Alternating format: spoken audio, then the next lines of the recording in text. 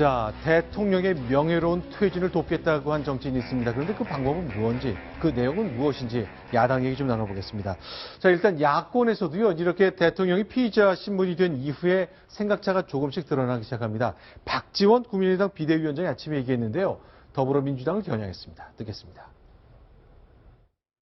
8인 지도자 회의에서도 선총회 후퇴진으로 사실상 합의를 했습니다.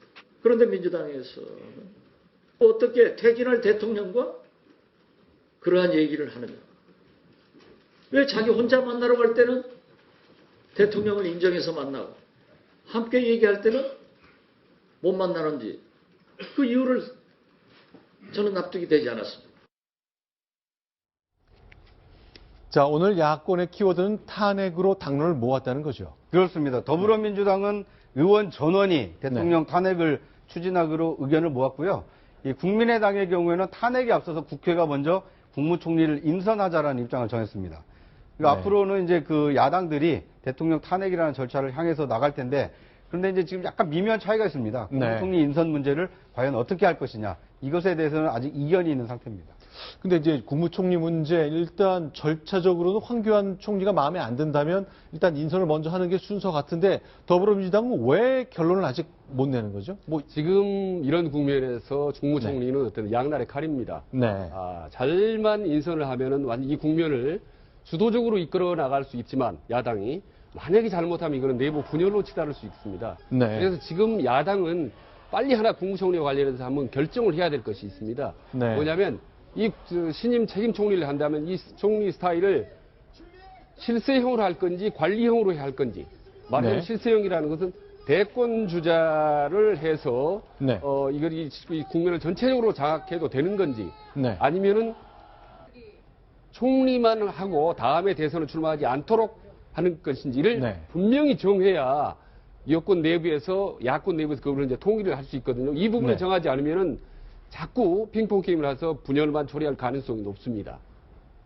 자, 그러면요, 이제 탄핵과 관련해서 더불어민주당이 그동안 좀 머뭇하다 이제 보름 지난 시점에 이제 결심을 했거든요.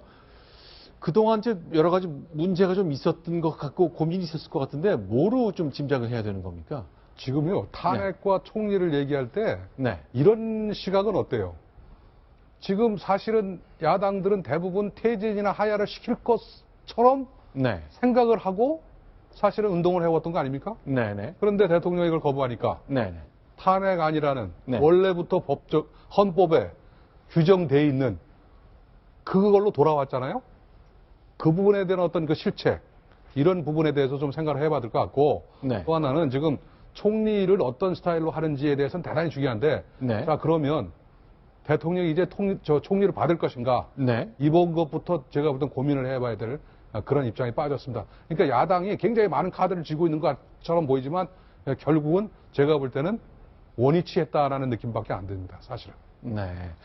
자, 일단 추미애 대표도 이 사안을 쭉 주도해야 될 것 같은데, 일단 전원이 이제 일단 의원총회를 거쳐서 그 대통령 탄핵 카드를 던지긴 했습니다. 이제 앞으로 어떻게 굴러갈지 예상할 수 있겠습니까? 일단 정치 일정이 훨씬 더 좀 복잡해졌습니다.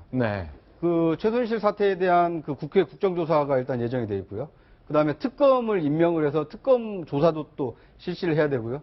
또 대통령에 대한 탄핵안을 발의해야 되기 때문에 세 가지의 그 일이 동시다발적으로 이루어질 가능성이 큽니다. 그렇기 때문에 어떻게 보면 청와대 입장에서는 버티겠다라는 그 단순한 입장을 보이고 있는데 반해서 야당은 지금 선택하고 합의하고 협의해야 되는 일들이 훨씬 더 많아져서 과연 그 야권이 분열되어 있는 야권이 고차방정식을 풀어낼 수 있겠는가, 이런 의문이 지금 제기되고 있는 상황입니다.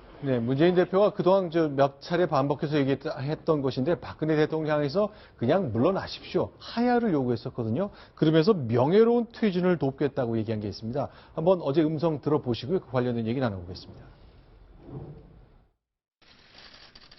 이제 박근혜 대통령이 결단할 때입니다. 지금이라도 대통령이 그런 결단을 내려준다면 대통령이 명예롭게 퇴진할 수 있도록 협력하겠습니다. 뿐만 아니라 퇴진 후에도 대통령의 명예가 지켜질 수 있도록 최대한 노력을 하겠다는 말씀을 드립니다.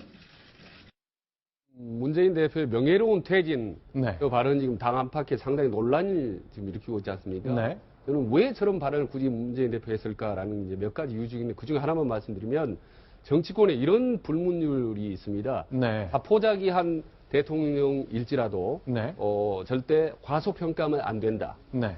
최고 궁지에 몰린 대통령이 현직 대통령은 어떤 극단적인 선택을 할지가 모릅니다. 예를 들면 아주 궁지에 몰릴 경우 지금 대권주자 유력한 대권주자인 문재인 대표가 계속 압박할 경우에 그 후보에 대해서 강력한 어떤 반대적 어떤 행동을 취할 수가 있거든요.